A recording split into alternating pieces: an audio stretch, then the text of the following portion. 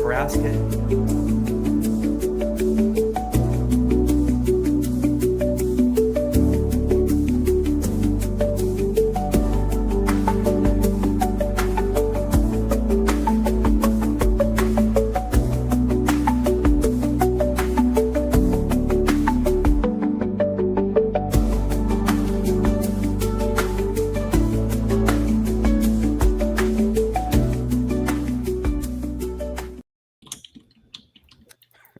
Welcome, ladies and gentlemen, American citizens, and the world.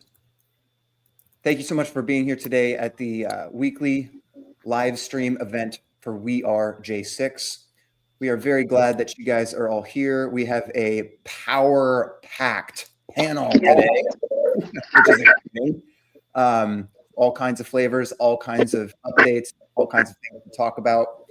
Of course, if you have been here before, you generally understand the nature of the group and the mission, but let's just summarize that quickly for our first-time guests and supporters and friends and family here at We Are J6. This is a free speech strategic alliance of your neighbors and coworkers and your fellow Americans gathering to pursue restorative justice, of course, related to the events of January 6th and the fallout from that event, but also really just the heart and soul of all the people here is reclaiming this republic known as the United States of America, of which we are very proud and for which we are very grateful. So before I get us kicked off here officially, I am going to open up the live stream as we always do, just acknowledging the presence of Almighty God and acknowledging that He is in control and all of this only happens because of His goodness, His grace, of which we seek a lot more to give us a real chance of success at our mission here. So with that, Heavenly Father, we are grateful for the amazing people on this panel today, and we are really grateful for the amazing citizens of this country and free citizens around the world that stand with us in solidarity as we seek, God, to seek you. We seek to acknowledge you, recognize that you are real, that you are good, that you have created this earth that we inhabit, and that you have instituted fundamental rights, these things that we talk about all the time that are foundational and sacred, but also seemingly they become complex and confusing and difficult. But it shouldn't be so complicated to say that that humans are all your children, God, that we all have dignity and respect and the sanctity of life and the fundamental right to be alive and to pursue life, liberty, and happiness in mutual respect with each other. So, God, we just ask for your grace and wisdom around these people, around this time, that you would continue to highlight the path forward. And that you would bless our efforts, God, and that you would bless our families. Especially, God, we just ask for your mercies right now for those who are hurting. Many of us are hurting. Some are in particular situations and circumstances of extreme hardship and difficulty. We still have a couple folks that are still in prison. So the battle continues, God, and we ask for your grace and your support in that battle. We dedicate all of this to you in your Son's name. Amen. All right. Thank you, guys. I appreciate it. I am not even sure where to start. We have all kinds of stuff going on here today. My panelists are all live, so pitch in anytime as you would like to. If anyone is under a time constraint that I'm unaware of, would you just let me know? Because you can jump in ahead of time, and we want to hear updates from everyone. No one in a particular time crunch? I'm okay. Oh, amazing. So, of course, among many other things, we have been specifically discussing ideas and strategies and building communications and building collaborative partnerships in the pursuit of restorative justice. We are continuing to discuss what that means, what's all involved. There's actually a lot there. But of course, at the center of it is the recognition of a need, a very tangible need for financial repair of those who've had their lives destroyed at various levels. And so we have been discussing these things with a number of different attorneys and spaces. And so we have some pretty interesting developments on that specific front. So I think we might have Dr. Gold, who's also an attorney as well as a doctor, and has been very helpful in some of these communications, and give us an update of where we currently sit right now. And I think, let's see here. And sorry, I was muted. There you go. Thank you. Yeah. I know Treniss at least is at the airport and traveling. So if anybody's time needs change, just again, like John said, just interrupt and we'll kind of move things around a little bit.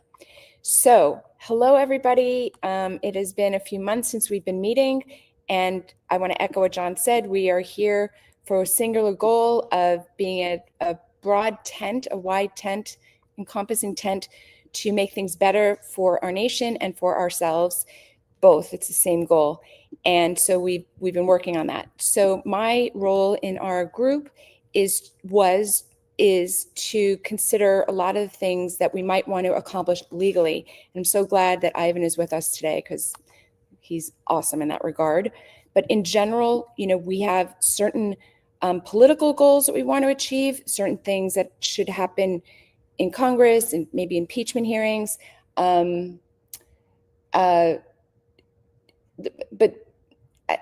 let me back up. There's kind of two things that have to go on. There has to be kind of correction for the people who've had harm, direct harm, those of us on the call who are defendants and their families. And there has to be kind of a national understanding. We kind of say this week after week, but I just want to always say that is our goal. We have no other goal. There are many aspects of what has to happen on the national understanding in terms of achieving the national goals on the policy level and the individual goals for the individuals who've been harmed. We have been working for a few months to find who we believe would be the best legal representation for us going forward. Our goal is to work with the current administration, a friendly administration, to achieve restorative justice. It has many, many components of restorative justice. So we've spent months talking to different attorneys. The qualities I was looking for, obviously, the person had to be very capable as an attorney. The person ideally would be very politically connected because a lot of this is going to come around the political space. They had to be completely mission aligned with who we are as a people, meaning they couldn't just be Johnny-come-latelys jumping into the fray. They had to care deeply and passionately about the subject. So there's been many, many conversations, and I'm excited to tell you, and before I say what I plan to do, I want to remind everybody is a free individual and should do as they see fit, pursuing their own best interest. We don't force anybody or tell anybody what to do. That is not our job, our role. We want to have other people benefit. Economies of scale, like in business, economies of scale. We did a lot of research, and we're going to present to you what we know is the best solution, and absolutely invite you to join them. So I, myself, John, I believe Brandon and Derek are hiring the following attorneys: Peter Tickton, Mark McCloskey, and there's a couple of others in that group. For short, we're calling them T-MAG. T as in Tickton, M as in McCloskey, attorney group. T-MAG. The T-MAG group is fantastic for exactly this purpose. Let me just share with people who these people are, at least the two main ones I'm referencing. Peter Tickton, let me back up for a second. When I was thinking about who we could work with going forward, I kind of made a big list. I looked at a lot of the J6 criminal attorneys who've really been in the trenches and fighting for people. I looked at some of the J6 appellate attorneys. I tried a little bit to find people in the class action civil litigation space, because bringing class action lawsuits, which this may turn out to be, is a very complicated, procedurally demanding endeavor that needs a legal specialist. I looked at people who are politically connected. I went back through who Trump has hired as lawyers for the past 5 and 20 years. So that was a long list of lawyers to work from. Some of these people had conflicts, but I talked to many, many, many attorneys. That is from where we got T-MAG. T-MAG, Peter Tickton, lead attorney, is about Trump's age. He has known Trump for decades. He has worked for Donald Trump 4 decades. It happens that he did a lot of work for Donald Trump privately on the J6 issue. He needed, Donald Trump needed accurate information. Peter Tickton was one of his attorneys for many years, many decades, and he worked with Peter Tickton to self-educate, Donald Trump to self-educate on all the issues around J6. That's To one. learn the truth about what actually happened on January 6th. I hesitate because I always hate speaking for other people. You'll have to hear directly on that. I'm very satisfied. If somebody can mute, I'm very satisfied that Peter Tickton has deep subject matter expertise on J6 specifically.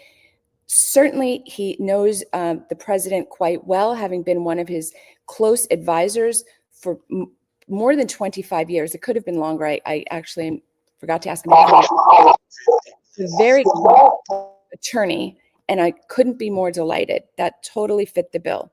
The second attorney on this team is Mark McCloskey. Some of you on this call will remember his name. If you remember the summer of rage that preceded our, us by 6 months, and people who didn't get punished and people who did, McCloskeys were the ones standing on their lawns in St. Louis, with their small legal weapons in their hands, while there's a gang, I think it was BLM, Antifa, I don't recall. All around them. And it was just a horrific example of weaponized government against the McCloskeys. They prevailed, but it was absolutely horrific as they were trying to defend themselves in their homes. I think many of you remember this.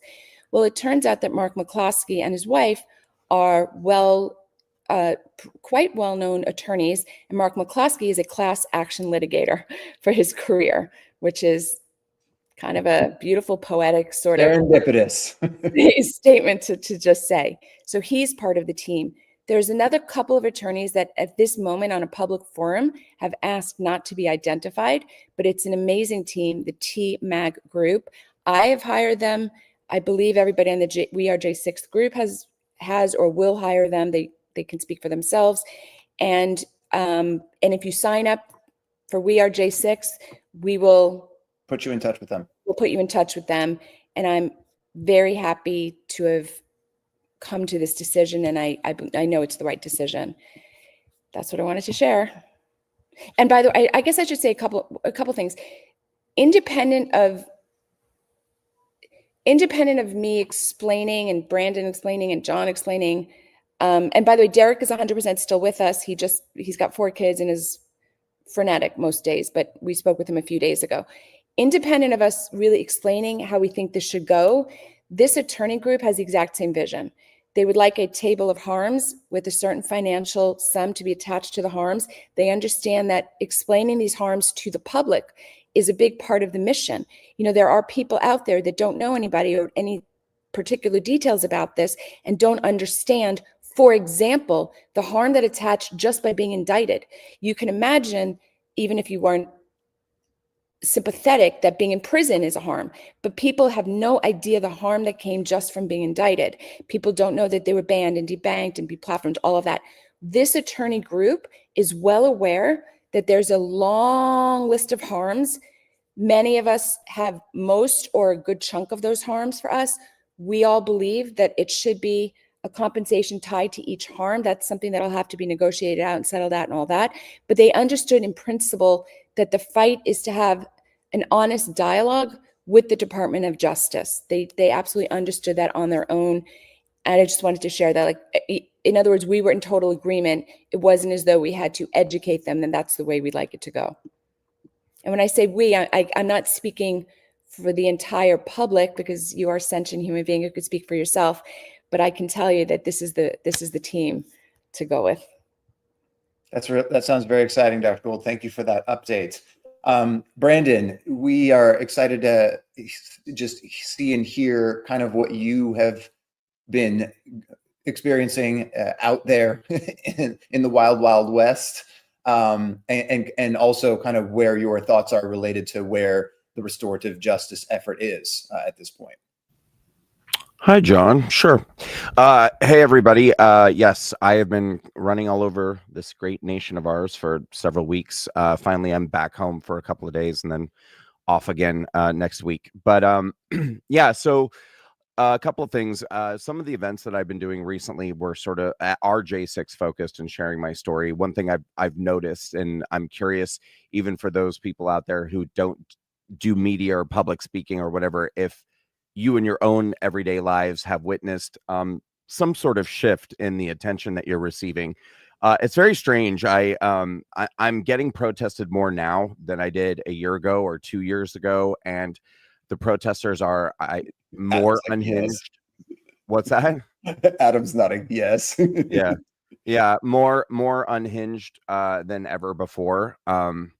Which I'm trying to figure out what that means, but I kind of feel like it must mean that for the last several years, even though there was this unbelievable crushing pressure that was applied to all of us, that in the back of their minds they must have truly believed that they were going to win in the end. And I think that now that they haven't won, now I think a lot of rage and fury is coming out, and it's very interesting. I mean, whatever, it's neither here nor there, but it's just sort of an interesting phenomenon that's happening right now. Are you saying the left are sore losers, Brandon? Well, it's more than that, though, John. You should come with me to one of these events so you can see for yourself. I mean, there's a real vacancy behind these people's eyes, and in several of these videos that I put out the last few days, I've been you see that I was actually trying to make a connection with these people because I actually feel sorry for them, despite everything that they think about us or said about us or probably contributed to what happened to us. They're these are broken people. They are completely broken by Donald Trump getting elected again and our collective victory. But I'll also say that as it pertains to taking legal action, I think probably we would all agree that I am the most skeptical of anybody in our group. I'm just not naturally an inherently trusting person. I like to ask millions and millions of questions and really hold people to the fire before I start to feel like I can really trust the situation or feel comfortable. I did enter into the conversation about this particular legal team with a lot of skepticism.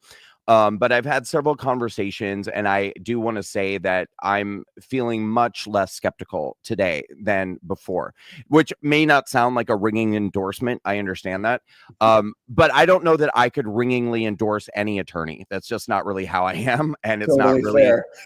Yeah, it's just not really indicative of, I would say that's a ringing endorsement under the circumstances. Right.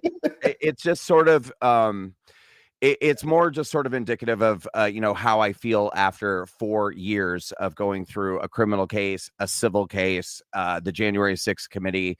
And, I think all of us in our own way, in our own lives, know how it is. I'm sure all of us at one point or another were overpromised something by the legal system that didn't come through and ended up facing a lot of heartache and things like that. So, I'm a little battered and bruised. And so I'm just, my heart is not just totally open to every situation. But I will say, I'm continuing to learn more about this path that we're considering going down. And in the interest of full transparency, I've also spoken with other lawyers over months, just wondering every possible situation. Is it better to do a group thing? Is it better to do an individual thing? Is it better to do class action thing? And there's really pitfalls in every situation. There's pros and cons to everything. But I guess I'll wrap by saying that I entered into the conversation about where we currently are with quite a lot of skepticism, and it's trending in the right direction. I'll put it that way. I'm feeling much less skeptical than I was before. And feeling good about some conversations that I've had with these attorneys as well. So awesome. That's great to hear. I just want to say, Brandon, I really appreciate your perspective. I always do. But right now, it was particularly interesting to me as you commented about your experiences with the protesters and their brokenness and the anger. And even before talking with you, just watching your videos this week, the legitimate empathy that you have, the authenticity of your thought process simply to try to dialogue with fellow Americans about whatever the case might be. J6 just happens to be this, flammable thing, but there's always going to be controversy about whatever's going on. So people need to talk, and we've lost the art of that quite a bit in our culture. And you've done a lot over the years in your career and with your walkaway campaign to bring that back. And with J6, it's particularly hard to do. So I thought those videos were profound and enlightening, just to showcase that you do have legitimate empathy. And I appreciate that. I applaud that. I'm really glad to see it. And I just want to take an opportunity addressing this group and this audience. We are J6. The purpose of us coming together, the purpose of us having these discussions on Saturdays, the purpose of all the things that we're trying to work on together, we talk about restorative justice, we talk about lawyers and strategies, but we're really looking to make things right. That's what justice is. Set things right and establish a pathway for repair and healing, not only of J6ers, but of their families, their communities, and the country as a whole. And that's not really possible without legitimate empathy. That's not really possible without things that we should be talking about, like love, grace, wisdom, compassion. So those are important things, all in the mix of what we're talking about and trying to accomplish. And I think it's really cool that you are practicing those things and bringing them to our attention. And I just think that's a really core value of the group here. So I'm glad to hear that. Thank you. Could I respond to that? Yeah, please. I think it's important too for people to understand, because you've said several times that, I have empathy, I'm showing empathy. I think it's important for people to remember too, that sometimes showing empathy or demonstrating empathy, it takes work. It's not actually easy. And let me be the first to say, and I'm saying this on behalf of everyone in the group, because whether we know each other or not, or whatever our backgrounds are, our socioeconomic backgrounds, whoever we are, we all share this common experience of being egregiously wronged. And whether you're a well-known person or whether very few people know who you are, I think we've all to some degree been stalked, harassed, maligned, mistreated. I think that we have been ostracized by our communities. To have a group of people shouting names at you, that is like medieval stuff, but it's come to just be normal. Like we think that this is just normal, that to have 40 people shouting traitor, traitor, traitor. I mean, that's literally like something out of a movie, but it's kind of just become our normal lives, which is bizarre. And so I'm saying all this so as to say that, I think we've all heard the old expression, it's, taking the poison, expecting the other person to die, but really you're the only person who is affected, by that. I'm trying to find many ways as we talk about restoration and justice and things like that. I mean, there's a lot of emotional, psychological, and spiritual healing, I think, that has to be done for all of us. And I'm trying to figure out what that path is for me, because I know I do carry around a lot of anger. I carry around a lot of feelings of betrayal.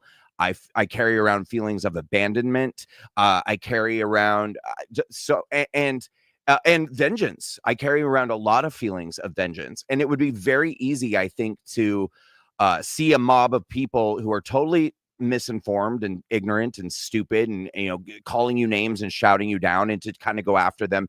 But when I am demonstrating empathy towards these people, or attempting to as best I can, what I'm really doing is trying to facilitate my own healing. That's really what it's about. Yes, it would be nice to try to establish some sort of a connection and wake people up and raise their consciousness and all of those things. But we cannot, I think, in the pursuit of trying to find financial restoration and trying to find restoration perhaps through legislation and things in our system that need to be changed, we can't forget about the restoration of our own spirits, our psyches, our humanity, and all of those things. And so this is just one way in which I am trying to facilitate healing from well all said. of these people have harmed us so much.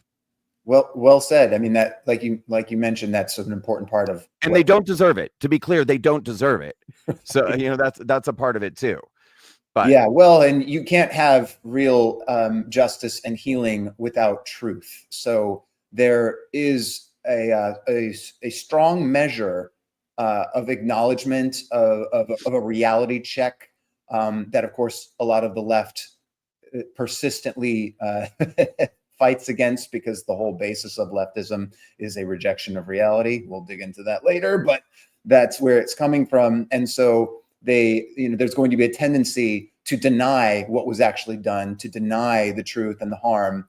And so that's another mission of We Are J6, is to properly, from a position of truth and grace, to persistently, like, we will not give up. We will continue to march one step at a time forward towards the truth, towards the mission of justice, which requires investigation and expose of the realities of what has actually happened, and based on that, what then needs to happen.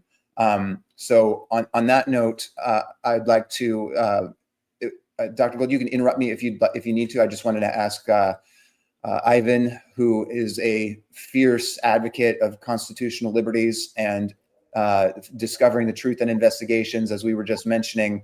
Ivan, we've been talking about empathy and love and grace, and those are important things, but they are cheapened and false without the reality of truth and justice. And yes, that can include the Department of Retribution, of which you are the proud secretary. So give us your perspective of what's going on in terms of, the big picture of restorative justice and what's required to make it happen, and where we stand right now.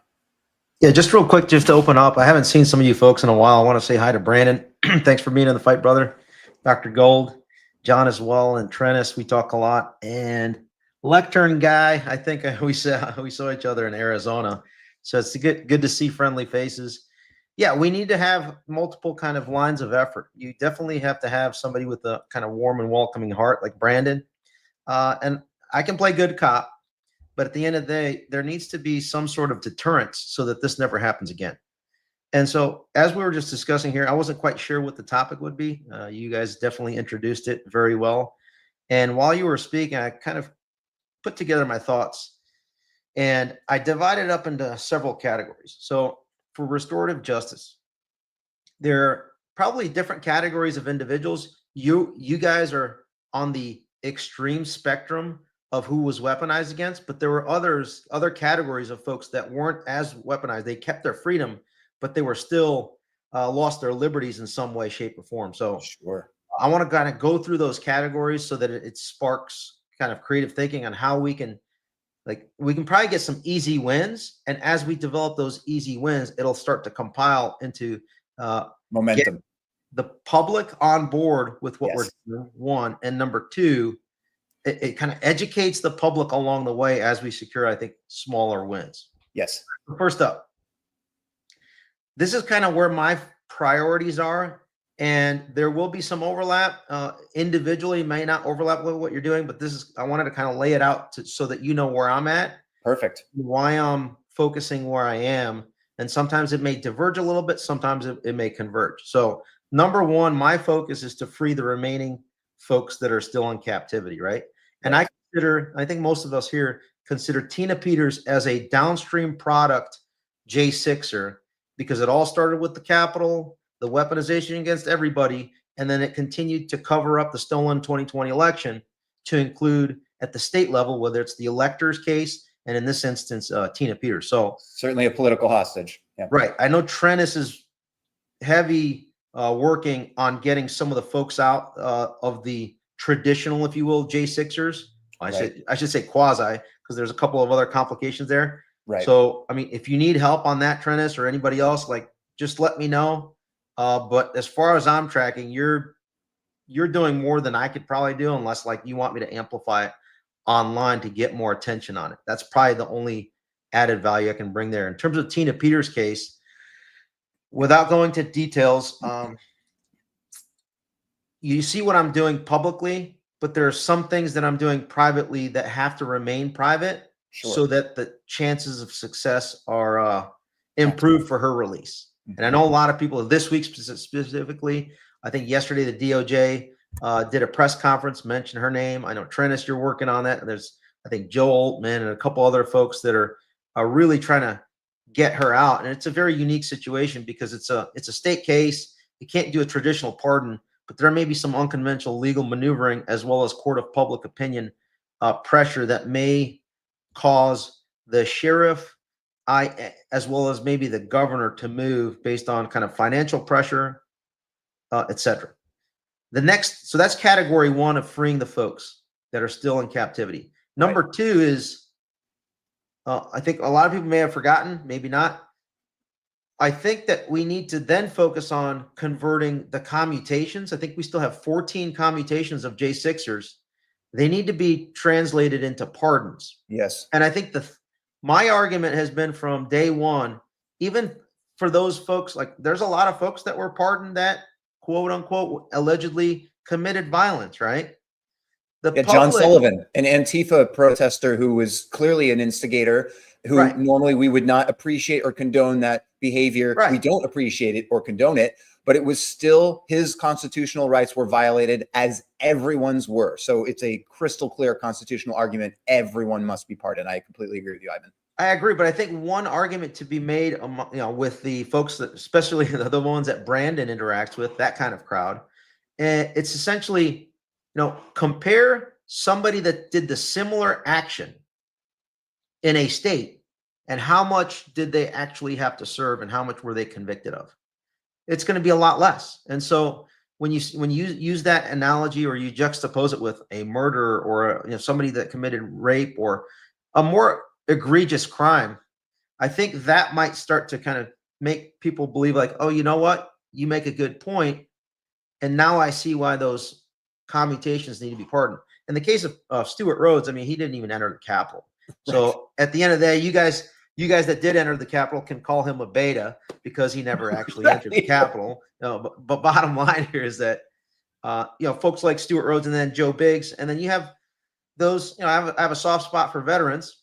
And at the end of the day, they didn't rat anyone out, and yet they still only received a commutation, which means that they cannot receive any of their veterans benefits that they secured. So I think those are some easier wins.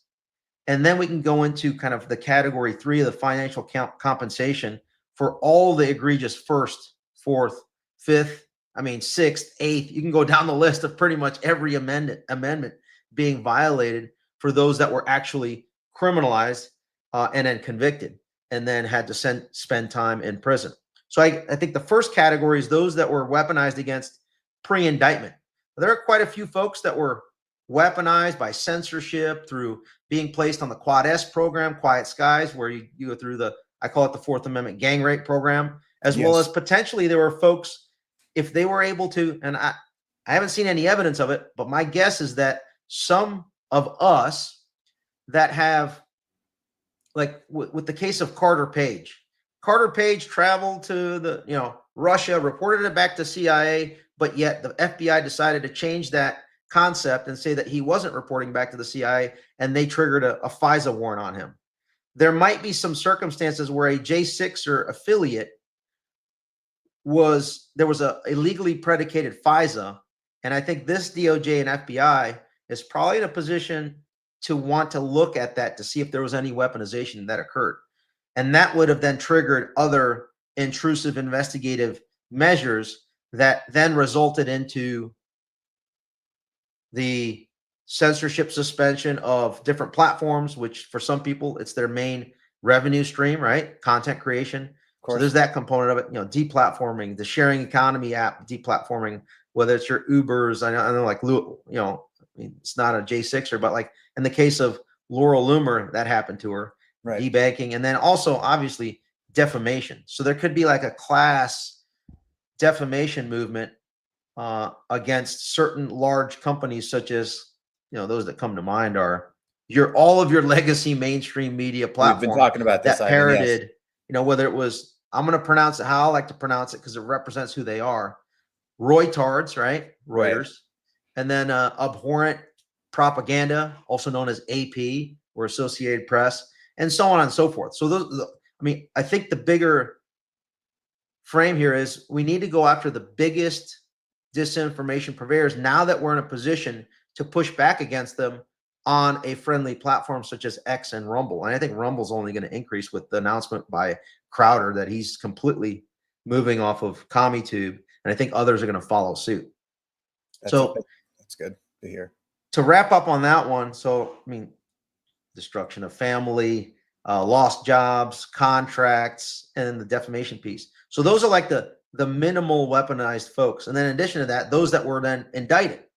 So not only did all the stuff that I mentioned happen to those that were indicted, but then you had other, subsequent weaponization that occurred, particularly in the court of public opinion. They could have used the indictment to then just totally destroy your life. And then obviously those that went through a trial process and then were convicted. You guys know that way better than I do, since you had to experience it. I personally fought mine. Yeah.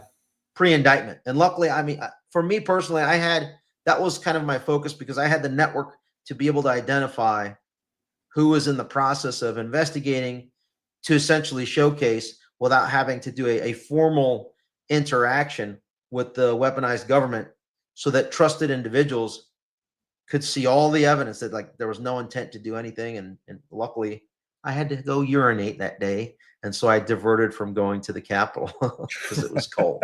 It's the only thing that saved me. So, and then, go ahead. Lastly, last thing I want to say is what you kind of introduced me as: punish those that were involved in the weaponization. Yes. That is my focus, hands down. And so who does that include? And I'm not going to go into length at this in detail, but I always want to remind folks, you only saw the weaponization by BOP when you're incarcerated, or you saw it from the lies that occurred during your trials, whether it was a bench or a jury trial. There's a lot more to it before it got to the judiciary. And there's a lot more to it before the FBI and the DOJ started to weaponize against you. That's where I focus my attention. The part of the legislative branch, the leadership of the House, the leadership of the Senate, the Capitol Police Board, the U.S. Capitol Police, the mayor's office in D.C., where they all collectively, and this is the biggest intel gap that we have as a J6 community. Yes. Because I only have so much of a platform to kind of provide that evidence and resources. It's the true root of the problem. The more people that understand the epicenter of where the weaponization occurred and focus in on it, the better. And I think the best method to do that, unfortunately, is not going to be within our legislative branch or this committee that's on kind of pause, if you will, with Loudermilk. It's because Republicans' fingerprints are also on the weaponization. Yep. So that's why we're probably not going to see anything in the legislative branch. And let me close with this. Current status of this new committee that's supposed to happen in the 119th Congress under Jim Jordan. So my sources tell me, originally it was supposed to be a separate committee, select committee, to go and start investigating, headed up by Barry Loudermilk. The compromise was to put it under Jim Jordan. And now they're saying that potentially it may not begin because Paul Ryan's congressional replacement in Wisconsin's 1st congressional district, Brian Stile, who used to chair the House Admin Committee in the last Congress, is basically acting as the envoy of Paul Ryan to convince Mike Johnson, the speaker, to limit the scope of this new subcommittee under Jim Jordan so that we never get to exposing, I argue, Paul Ryan and Nancy Pelosi.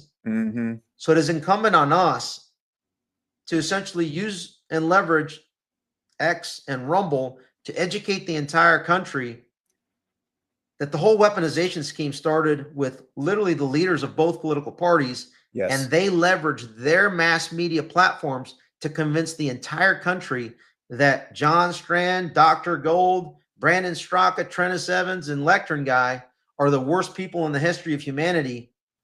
But yet there was no legal justification for that other than political persecution. Yeah, well said, Ivan.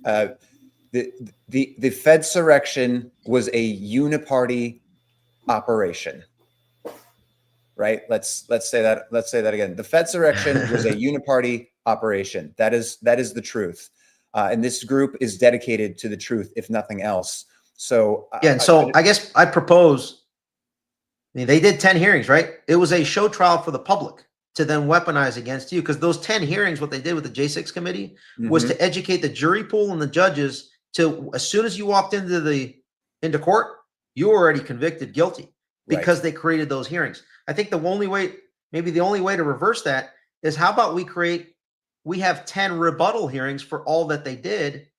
And then I think collectively the J6 community, now that almost everybody's out, if we coordinate our messaging and amplify these hearings and maybe get 1 or 2 members of Congress that are willing to play ball, and I've been just talking with a few that are potentially interested, we could have way more reach to reverse the psyche of the American jury pool so that by the time the litigation efforts in the civil litigation starts to pick up, we're going to get windfall of settlements support. Yes. and public support. Yes. So I think the court of public opinion component to whatever your guys' strategy is in the class action, it has to be as bold and aggressive to counter the previous narrative. And that's my baby. Whatever you guys need. Ivan, that's exactly why you're here, because that's the exact purpose of this strategic alliance. We are J6. We are resolved to deliver restorative justice, and we have always understood that the absolute necessary component of actually succeeding in that is precisely what you just described, to counteract the efforts of the unselect committee led by Pelosi and cronies to lie to the American public on prime time with Hollywood producers, creating this horror fiction. And it is deeply damaging, as we all know and have discussed, and we will continue to discuss. But the point is, we need to get very serious and very strategic and very committed, very coordinated about how we execute in this battle. We're still in a battle. It's very serious. It's very intense. I want to remind everyone right now, please, if you are watching this stream, we are grateful that you are here. We really urge you to help us in this mission. First thing you can do is retweet the stream because it's live right now and we're still going. Please tell everyone you possibly can to register at wearej6.com. It's free. It's easy. We're not asking for money. This is about Americans connecting. It's about conversation, and it's about the truth, as Ivan just highlighted. So please retweet and share the stream, register, and join us next Saturday and continue to expand this effort, because the truth will set you free and nothing else will. And the truth requires all of us participating, speaking, standing up. And We Are J6 is that platform to facilitate those efforts and those ideas. Ivan, I'm so excited that you're here. I'm excited that all of you guys are here. Something we're going to be doing in the next week, imminently, on the website, wearej6.com. We're going to have a new page. It's going to be called The Alliance. If you go to the page right now, you'll see a page that says The Story. That's just a summary of the genesis of this. There's a page that says The People. It's under construction, but that's going to be a library of all the J6 patriots, AKA former defendants. And we're going to be helping everyone to capture and share their personal story, their testimony. This is inspired in part by Brandon's amazing work with the Walkaway campaign. And we're taking that kind of concept. But there's going to be a third page called The Alliance. That is going to be our partnership page to help connect and support everyone that is working and fighting in these battles. Ivan, Treniss Evans and Condemn USA, the Walkaway campaign, whatever Adam Lectern guy is doing. We've got Help Stop Hate with David Summerall. We've got all kinds of amazing groups. Jenny Cudd with J6 Road Home was trying to be on today. We'll probably get her on next week, but she's doing God's work, housing people that have no roofs. The list goes on. There's so many, but we are going to platform these people and these groups. We're going to connect them. We're going to empower them so that we can actually win. But what you described, Ivan, is 100% correct. And it is 100% the mission and mindset of this group and why we've been bringing people together. So people that are listening, we appreciate you. We need you. We need more of you. So please retweet and share the stream. Tell everyone to register at wearej6.com. Particularly tell anyone that you know that is connected to a J6 patriot, aka a former defendant, if they are interested in legal remedies and the pursuit of restorative justice. And I assume you all are. But please, we have excellent developments along those lines with legal strategies and settlement negotiations and so forth. And it's in progress. It's an evolving effort. Like Brandon said, and Ivan, there are no guarantees here. There's a lot of skepticism still. There's a lot of questions. That's the nature of this beast. But that doesn't mean we can't and won't succeed. It just means that there's a lot of work and effort. There's a lot of thought and wisdom required, and that's the purpose of us gathering and talking about these things in the manner that we are. Treniss, I'm so grateful that you're here as well. Your efforts with Condemn USA have been absolutely phenomenal and continue to have an impact on people literally still in prison and etc. As long as your audio is okay and you're comfortable, I'd love to have you give us an update. Yeah, so I wanted to touch a couple of things. Listen, it's wonderful, and I want to make sure I leave plenty of time here for electing guy for our buddy Adam. By the way, I have one of those lectern awards. It is a cherished, prized possession, just so you know. I mean, sits in the middle of my desk, like in this obtuse place, because I appreciate it so much. So just I had to say that. I'm so happy you have one. like Dr. Gold, I'm telling you, like on the darkest of days when somebody else was going to prison, and a day where 3 people were sentenced and somebody else did some other nonsense, 5 new people charged, and here's you with something that we could have a moment to escape the drudgery of what was happening over the 4 years of the Biden administration. So thank you for all the laughs, and thank you for all those moments. I mean, it was fantastic, and it still is. So thank you for that. So listen, I wasn't. I want a signed lectern. Sorry. I wasn't like Brandon. He had an organization and he had done these fantastic works where with Walk Away and, like Dr. Gold, and had a platform, and everything I did was born of January 6th. I did what I did born of January 6th. And I didn't, I didn't know what to do, and I didn't know where to go. And I went everywhere and I knocked at every door, and we were all reeling in 2021, trying to figure out our path, our justice, our, what could we do to tell the truth, because there were so many lies, and it continued through 22, and it's still going today. Like Brandon said, he's experiencing this with these people that just, they don't know. It's the modern day stoning essentially that goes on in the world today that the January 6th community has felt. There are so many people, last week, I want to mention this, I won't say the name, but last week I talked to a wife and of one of the people that is now deceased as a result of January 6th.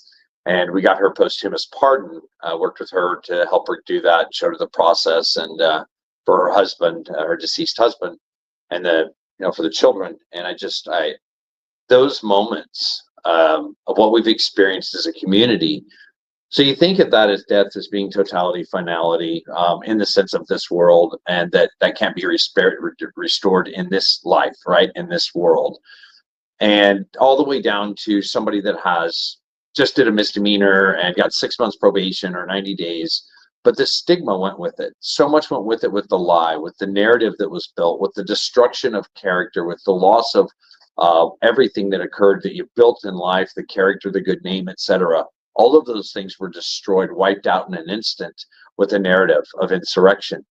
And I'm with you on this, guys, totally on the idea of restorative for Tario, Biggs, Nardine, Zell, Real, Pizzola, and Megs, and Stuart Rhodes, who I had dinner with last night. And Stuart, by the way, no offense, Dr. Gold, that he does admit that, and Ivan, but he does admit that he's a recovering lawyer. So anyway, but I want to touch on what these people that you talked about and my experience. So Peter Tickton contacted me in late 21, early 22, and we started communicating and went down and worked with them as an expert on January 6th. And I said, I'm not an expert on this. And, at the time, nobody was. We were, we just knew as much as we could know. And so he was asking for people that knew about different parts of it. And I spent a lot of time, and Peter and I have been in communication now several times a week on the regular for this entirety of 3+ years now. And he was already working on it. He had amassed information. We're collecting databases, and he was very helpful to me as we were to him, as were others. So I want to make mention, I think you said Johnny come latelys, they're certainly not. And the other party that's sort of unmentioned at this time, that's an attorney, has been around fighting for this country and fighting for things as a household name. So I think that's an important understanding and a perspective. But I'm not here to tell people to be here or be there or be with this organization, be with another group. I want to tell people just like this. I had people ask me, hundreds of defendants, you know, should I take a plea? Should I go to trial? Should I do? This is a very personal decision. This is a decision for you. This is a decision that will affect you. I'm not going to be affected by your decision. So Dr. Gold's not going to be affected, nor John Strand or anyone else here. We're not going to be affected by your decision. So I welcome you here where I've chosen to go, or I support your effort to go elsewhere where you think that's the best place for you. This is not a you must be here or you're a dummy. You're absolutely the same in making your choice, and I respect you as a human being. It doesn't change who we are and how we fight together, and hopefully the collective interests continue that in that route. But I want to talk to, you know, we've experienced these things, and we have these people. January 6th wasn't the beginning of political injustice. It wasn't the beginning of what's happened in this country. It was the moment where more illumination happened than ever in history for us, in living history, I would say. We had this 1,600 individuals' lives were illuminated, and it shined like a mirror back on the justice system and back on these judges and the corruption and the impropriety that takes place. And these are the people like Jack Smith. And I mentioned, you know, you mentioned Tina Peters. I'll mention to you John Woods. John Woods is in a similarly situated situation. He's another party we're working on. But I want to keep this a little tight, so I wanted to make mention of that because this thing with John Woods, we got very close with John. We're working on it. So I'll leave that there, and I urge people to continue watching what we're doing on that issue as well. But there are so many January 6th defendants. So I don't care in the sense that there was a question, somebody was like, my piece of the real estate, right? There's going to be a settlement. How would that be affected if I get into this and I go with this group and I'm with these people that have 15 years in prison or 14 years in prison they were sentenced to, and they were charged with seditious conspiracy and erroneously or fraudulently convicted in these weaponized courts in places like the District of Columbia. How will that affect me? Am I going to lose market share, if you will, essentially? And it's a good question. I mean, it's a very good question for people to ask. And I don't believe that's the case. I've understood this. I've been at this since the forefront with Dr. Gold and Strand and so many others. I've worked together, Brandon. We've crossed paths and worked together over time for different things. But more importantly, when I know what these people were about, and I agreed to work with Peter, and I will tell you that a lot of the messaging and the change and what's happened over time with the January 6th community have been born of the people that can tell Trump about the injustices, that could tell our president, this is what's happening to these people. And when he was running for office again in his second term, that was one of the key people that was feeding him information that this is what's happening here. So we were able to give very tight, succinct statements and get information in there about what's happening. And I think it had a lot to do with the president's recognition, totality of the event of January 6th. You know what's wrong, but to what level, right? And that would say, I think this is going to be beneficial. This administration, I would say that they're not handing us a win. What they're doing is they're looking for this, so it's been labeled restorative justice. It's been labeled many things. And that is this administration doing right by the people, doing right by the American public. Servitude in the form of the political role as a elected representative, not that you're an official or a king or somebody else or what have you. This administration will lay that out and do the right thing. We've seen the DOJ take the right position, and we still have a couple of guys left in, Edward Kelly, Elias Castellanos, and Dan Wilson recently ordered back to prison by Judge Friedrich. And Brandon, you and I know Judge Friedrich quite intimately, I should say, because we were both in front of her and we both heard the insanity and what she did. I want to point out to people, there is much more to this fight, and we're not done. There's people that have clemency, need to be pardoned because they earned that, their veterans benefits, etc. They're being damaged daily with that, without that. But Peter Tickton, I got an A-OK in my book. I've broken a lot of bread with that man. We spent the inauguration together and our wives together, and it's a bond that I cherish, and I believe in Peter and his effort. And again, wherever you go, whatever you decide, make the right choice for you. But I will say this much. This was the right choice for me. I had insight. I had knowledge. I had a lot of people to work with and a lot of people to choose from. And it's not that I disparaged others. I chose here because I knew the unity was happening here.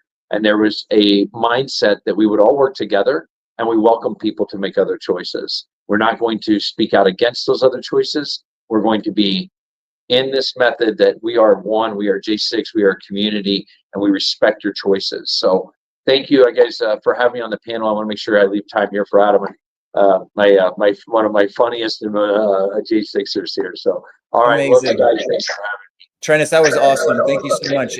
It means a lot for you to say that, and it's very encouraging to me. It's very powerful to hear you say that this platform, this group, this alliance, as we call it, really it's achieving its intended goal of unity and community and wise, thoughtful strategy. That was always what we knew we needed. That was always what we communicated to the audience and to our friends and family and the world, that is who we are. That's what we're about. That is what we will continue to be about. So go ahead. I have to give you guys something that we haven't talked about, and I'm sorry, and I'm going to shut up, I swear. Please. So the new movie on pardons is dropping this weekend, and it's the story of why we were pardoned. It's not the story of January 6th and what happened that day.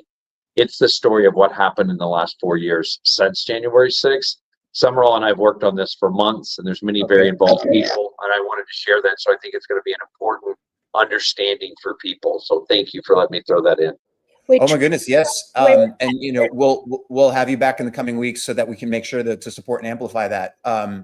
yeah. And again, that is what we want to do here. We want to support, connect, and amplify all of the warriors, all of the J6 patriots and their families and communities in these efforts. But Treniss summarized it really well and very accurately. This is a free speech alliance. So everyone is welcome here. No one is stuck here or under any sort of pressure as it relates to lawyers and legal strategies, which is a core component of the group and what we collected and came together to discuss and to pursue. There are, individual considerations, and every person is an individual that has to make their own decision. We support that. We're here to foster that. We are really excited to make a formal recommendation for anyone in the We Are J6 community to seriously consider the Tickton McCloskey attorney group. We think that they are the winning effort. We're really excited about that. But like Treniss said, like Brandon has mentioned and Dr. Gold has mentioned, it's important that everyone understands their position as an individual. You are a sovereign American citizen. Our whole point is to protect and preserve that.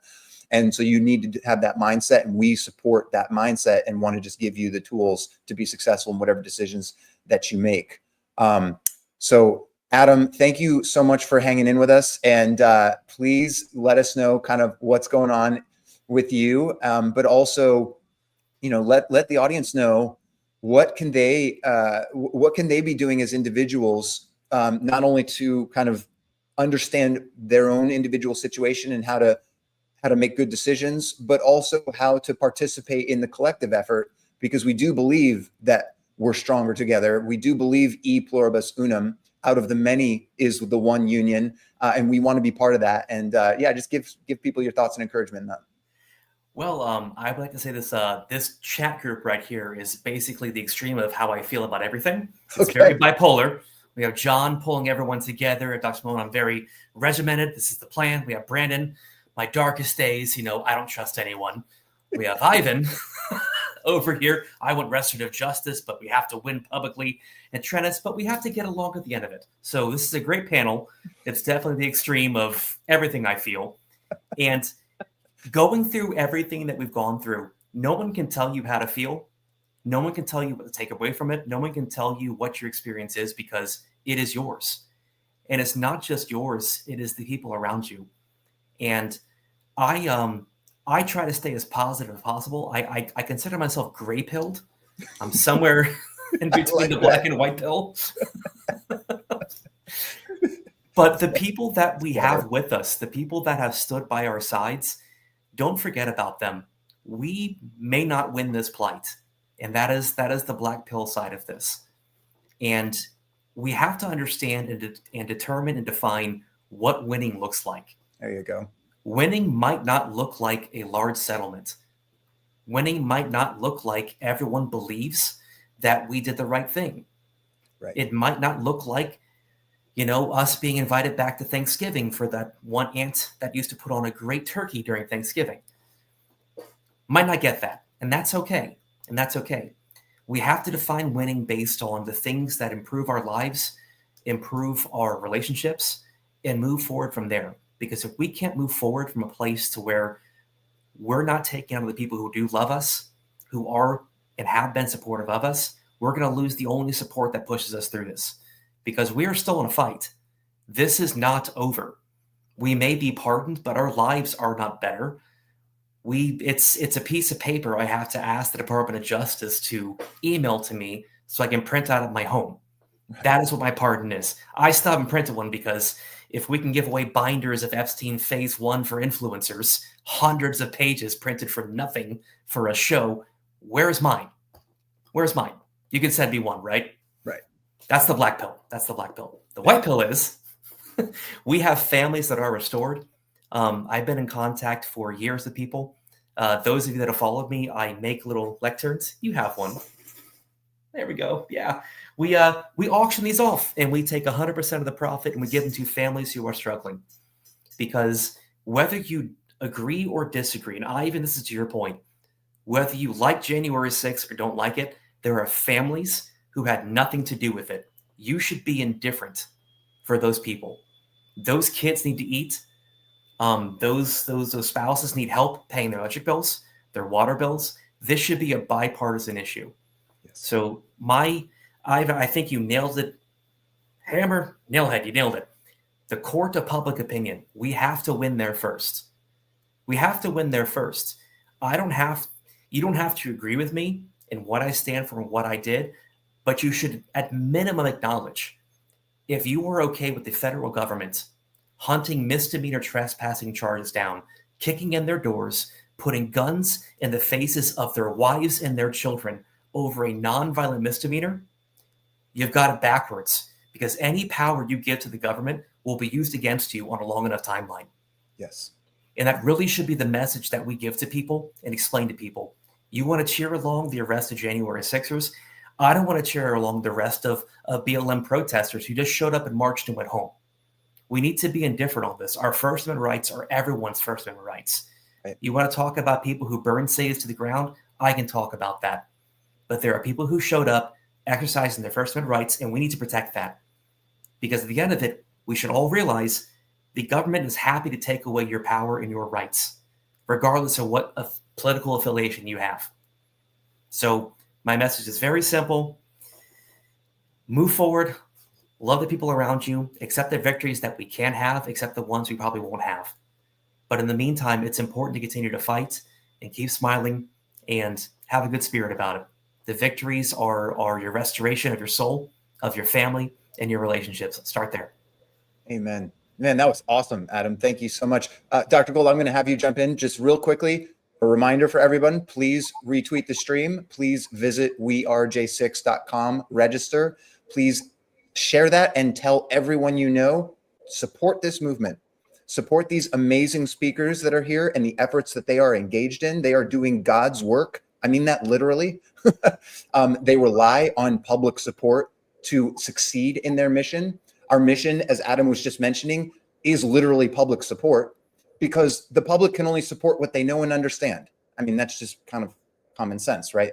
So our mission here is to help people, help our neighbors, help Americans around the country to understand the truth. For example, just the truth of who we are as people. I mean, Dr. Gold, Brandon, Treniss, Ivan, Adam, who are these people? What's in their heart? What are they doing? I mean, it's really not that hard to see and understand if you are willing to look. So we're gonna put it out there. But we need your help in championing these causes and these people. You can be a champion. You listening at home, wherever you are. I literally mean that. I always say you are the hero of your own story, and it's true. So we just want to encourage everybody, join this, support this, be a part of this. It's really it's a nonpartisan mission. It's not political, really, in that sense. It is restorative, and it is a revival of just the dignity and humanity of our countrymen and women. So we just urge you guys to support and join and share, so we can pursue the truth and the healing that only the truth can bring. Dr. Gold, please. I'll be very quick. I laughed a lot when Adam said that was a pretty good description of me. Yeah, let's go, let's do it like this. Spot on. I've been both complimented and heavily criticized for same. So you picked right up on that. Again, everyone makes the best decision for themselves. I'm comfortable after researching this for probably 3 months now, talking to as many lawyers as I thought were relevant, that for myself, TMAG, Peter Tickton, Mark McCloskey, and a couple of others is the right group. Economies of scale. We've done a lot of research. So if you want to just jump on that same bandwagon, obviously, if I think it's good enough for me, there really is no other stronger endorsement. So for me, in my mind, the two biggest purposes of forming We Are J6 was, one, to identify for everybody the best legal strategy forward. That, of course, starts really with the legal team you pick. So we've made a lot of progress in there. And the other one is communications. A lot of people have written in. We have sent instructions on sending out 5-minute videos. We want, just to remind you, you should pick an episode. If you're a J6 defendant or a family member, pick an episode that really is relatable. Don't try to relate the whole thing. In the aggregate of 100 different 5-minute videos, we'll get a picture of everything. Pick one small story of tyranny or weaponization or pain that you suffered. This is not to be political, just what happened to you. In my case, for example, the FBI huge raid team swatted, broke down my door. It was unbelievably terrifying for a woman who prides herself on saving lives. I mean, it was unbelievable. There are people who've had the guns pointed at their kids in cribs. Just pick one of those stories, make it emotionally relatable to a person who's never heard these stories. And so we sent those directions. If you didn't get those directions in the email, make sure maybe re-register at wearej6.com. Yes. Send that to you. This is unbelievably important. No matter how good the lawyers are, a lot of you have commented in the chat, this is going to come down to the court of public opinion. The lawyers eventually will be negotiating with the DOJ. The parameters of that negotiation, both sides will understand how popular or unpopular this settlement would be. We can influence how popular it is by these 5-minute videos and other public sentiments. Again, I encourage you not to be political, follow the directions. And yeah, I guess that's it. I spoke a little longer than a minute. Sorry. No, that was great, Dr. Gold. I just want to affirm what she said. It's absolutely critical. Please continue to register. If you're not getting the emails for any reason, you can always email us at info@wearej6.com. You can DM us on the X platform, at We Are J6 Alliance on X. Please follow and share the content there and keep in touch with us. We have We Are J6 on Telegram and Instagram. So, we're everywhere, but go to wearej6.com. Register as an advocate if you are not a former defendant. Register using the defendant link if you are a former defendant. But register and respond to the emails. We will continue to email you with instructions on the videos, reminders of the live streams, and other communications to help expose the truth and educate the public and bring public understanding and opinion to the correct place where it needs to be. I completely forgot 2 small housekeeping details people have asked. Again, if you've signed up at We Are J6, then the lawyers will contact you independently. People would be signing up as individuals representing themselves, like their own interest. I don't sign up for you. John doesn't sign up for you. Brandon, it's for yourself. So you'll get an email from TMAG, the TMAG group. From Tickton McCloskey Attorney Group. Yes. So, but anyone that is interested in those efforts and in that legal group, all you need to do is continue to register at wearej6.com and we will connect you. So, and the last bit of housekeeping, I don't really want to talk about this on a public forum, nor is it it's not the right role for me to talk about. It's really for the attorneys, but be assured that we've also discussed attorney fees, and I am satisfied that this is fair and appropriate, and that's for the attorneys to talk to everyone about directly. But on an individual basis, yes. We talked about every issue of these things, and I feel satisfied for myself. Thank you.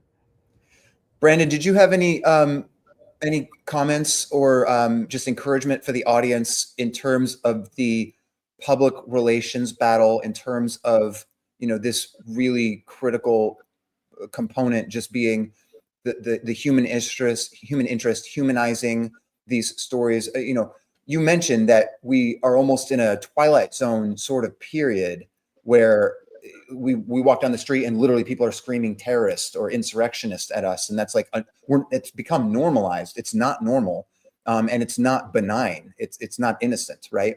But those things are happening. So what would you kind of suggest or encourage people as far as processing that, and how we can continue to be successful and effective collecting people and organizing them with the We Are J6 effort to help shed light on the truth and dismantle the false narrative so that people can understand the real truth about what happened and the real truth of who we are as American citizens?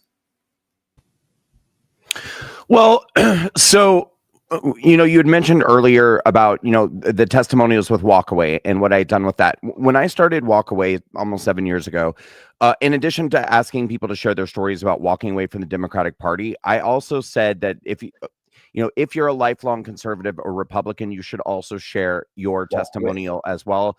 Later, my volunteers nicknamed those people the Walk Withs. But the point of it was that, you know, when I made the discovery that Donald Trump and his supporters and all these people were not what I had been led to believe that they were by the media, I kept thinking to myself, why don't these people speak out and like tell the truth about who they are? Because if more people understood that they had been misled about the nature of who these people are and what they believe, I think that less people would be fearful of them. And so I do actually think that it's very important to share your stories, even if you feel like you're someone who's not a good speaker, or you don't look good on camera, or you don't feel like you know what you're doing. I think at the end of the day, if people can see into your heart and see into your soul, and you can just explain to them who you are, what you're about, what your values are, and what happened to you and what was done to you, it would be tremendously impactful, because there hasn't really been an opportunity, I think, at this point for people to really get to know the heart and soul of the actual real live human beings who this was done to, and the impact that it had on everybody's lives. You know, at this point, to be a J6er is almost to be a caricature of some sort of evil, violent, crazed anarchist, which of course we know is not the truth in nearly every situation, probably every situation. So I do think it's important to take the time, sit down in front of your camera, share your story, share your heart, let people know, and talk about your pain. Let it all out. I mean, be as open and transparent as you feel comfortable being, because people should know the impact that this had on you, your family, your dreams, your goals, your aspirations, everything that you had hoped your life would be. They need to hear all of it. And so I highly encourage people to step up and do that. Awesome. Thank you, Brandon. I think that's spot on. And we really need that. We certainly hope, all of you guys listening and watching and supporting, we really hope it's our intent and our mission to support you, to foster the community where people feel accepted, safe, and supported in terms of processing trauma, in terms of coming to grips with what happened and figuring out how to express that and to share it, to understand that there's a way to do that where people will hear you and support you. That's what we're here for. Please, give us your thoughts, suggestions. You can comment. You can email us at info@wearej6.com. You can comment to our posts on the X platform for We Are J6, whatever it is, but engage, get involved, get plugged in. That's what we're here for. And we definitely are stronger together. There's no doubt about that. Treniss, Dr. Gold, Ivan, please jump in with any closing thoughts that you had. We won't hold people up too much longer, knowing that we got a lot of work to do this week. Definitely want to get those videos continuing to happen. We're going to expand the website, as we mentioned, continuing to kind of build bridges and just foster community among all the J6 patriots, all the warriors and foundations. Go ahead, Treniss. Oh, I wasn't trying to interrupt you. I was giving it the yes. You're above me, so I was pointing at you on the street. I do have. I want. Sorry, go ahead. I'm getting one more small housekeeping thing. Mm-hmm. So thank you to everybody who has like over the past few months, actually, who's offered to volunteer. We have been completely stretched for time, and we haven't been able to respond as well as I wanted to. Anybody who has some special either talent or time that they want to volunteer to this, we now have somebody who's going through our emails and helping us put that together. So somebody posted they had some video expertise or graphic design or AI experience or legal experience or anything like that. If you wouldn't mind sending an email to the group, we now have a way to organize it, and thank you. That's info@wearej6.com.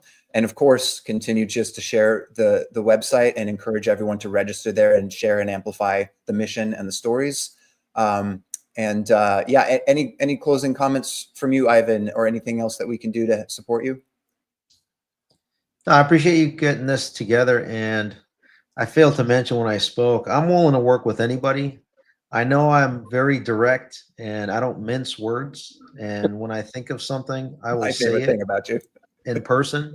And so if some folks are offended by my language, that's your, that's your right to do so. Right. But if I offended anyone, I'm still willing to work with you. I mean, I respect people that come back after me as hard as I do, because that means that they're passionate about what they're focused in on, and it'll shake out. Iron sharpens iron. If 100%. you run and flee, then there's probably an issue on your side rather than on my side. So I'm open, and let's roll. Let's roll. Ivan, thank you for saying that. I'm glad you raised that point. I just kind of want to piggyback on that to just remind the group, really encourage the audience. We've said it many times on different angles, but this is an alliance. This is community. This is building bridges and building coalitions and building an army. I mean, an army of American citizens in various ways. But we have noticed, of course, some issues of chaos and division and distraction, and various things like that. That to a certain extent, that's inevitable, particularly when people are dealing with trauma, particularly when there's politics involved, of course, and a number of human experiences that make this complex. But it really is essential, and it's incumbent on us to remind ourselves who we are, what we believe in, what our priorities are, our fundamental values that are the most important, that we will not deviate from. So there's things where we need to understand we'll have differences of opinion. We may struggle. We work through it, like Ivan just said. But what we won't deviate from is the rule of law. What we won't deviate from is America first. What we won't deviate from is we are one nation under God. That's a real thing. And we must understand how to live in such a way. So we're committed to that. And then at the same time, like Ivan said, we know that there's friction and differences and all of that. But, that's what Americans are about. Americans are about supporting each other and challenging each other, and knowing what the singular thing is that unifies us together through the differences and the disagreements. So it's a really important point. Actually, it's the core of being an American and preserving this republic. So I want to encourage everyone along those lines and just continue to realize that and continue to share on behalf of our mission that We Are J6 is a group of Americans really committed to these values and advancing the cause. And part of doing that is to know we need to really extend open arms to everyone that we can, while at the same time knowing that we have principles that we uphold and that we stick to. John, yeah, may I? So I want to say that, you see here a group of people that, have various, have taken on leadership roles somewhere along the line, with whatever, with their respective organizations, positions, or interests, right? And the interest in, and I think the commonality of interest here is that we were all seeking justice. We were all seeking a better America. We were all seeking that better future for not only us, but our loved ones, our, future generations, the children of today. The little hearts we look at walking around, and how important it is that we think of them, because they're not equipped to do this yet, right? And maybe someday these kinds of actions will raise up those next leaders, because everyone here sets their own interest aside. We've set our personal interests aside. We have set time aside from our lives to do these things. I don't think anyone here has managed to line their pockets with, the streets were not paved with gold in the moment that we were doing these things. It has been paved with hardship. It's been paved with agony and despair and the destruction of lives that we've witnessed and been a part of. and done everything in our power to fight back for that restorative justice. So I think it's an important time, and I know that you're welcoming in more organizations to come in and be a part of this. And I think everybody has to realize that that's what this is. This is everybody setting aside Condemned USA, and it's setting aside Dr. Gold, it's setting aside Walk Away. And we talk about who we are and how we got here, right? But everyone's welcome. You know, we're setting aside the lecture guide, but what we are is J6. We are people that have been affected and people that want this country back. It's not this organization, or I was first or last or third or fourth or eighth, or I'm the biggest or smallest, or none of that matters here. Everyone is equal here in the sense that we are all J6. And I think that is the beauty of what this is, what you have brought to the community. And that's why I opted to be a part of this and this effort for me personally. And I'm not telling, I'm not telling anyone what to do, and I respect their decisions. But to me, that's what brought me here. That's why. We have worked together, and everyone in this room I've had differences with at one time or another. I wouldn't say I've had a fight. I wouldn't say we had a falling out. I wouldn't say I hated you or you hated me, but we've had a difference of opinion on a strategy or a structure or something along the way of what, a passion. And it's because of the damage and the trauma and what has happened. I think Brandon mentioned these things. It's a beautiful time that we have to connect. Now we were on the rise. We're G6, we're rising, and we're going forward. As you said, John, one step at a time. And I think if we do it in God's grace, and we take our action and we go forward together, we are going to be this emboldened and, hardened rock that is just going to be a movable force to get where we are. We got pardons, and nobody thought that would happen. That's right. And now we're going to get restorative justice. So Amen. My trust is here. My heart's with you guys, and I look forward to continue working with you and Peter and Mark. Amazing. Totally incredible. That's a great summation. Brandon, any closing thoughts from you before we wrap? Please. I'm all good. You're good. Thank you. You are. You guys have all been tremendous. I really appreciate your time. I really appreciate your wisdom, and I really appreciate your courage. Literally every person on the screen right now, I can personally attest to immense courage and immense integrity. It's actually profound. It really moves me. I am honored. I'm grateful, and I continue to be more and more excited about the future of America. And just the golden age that we do believe we are entering in, but a golden opportunity to really take back what the devil, what evil forces absolutely have been seeking to steal and destroy. That is scripture. That is straight out of God's mouth. That is what's happening. So that's the reality that we are in. We recognize that. But wow, God has been good, and God has given us some incredible men and women here. And I'm honored to be a part of this and to call you friends and colleagues and warriors. And I'm honored to be, part of We Are J6. It's actually really special. So thank you everybody for joining us today. We appreciate and love you. We urge you to register at wearej6.com and continue to share and amplify and support the effort. Please return, and we will be back next Saturday at 12 p.m. Eastern for the live stream. And God bless you all.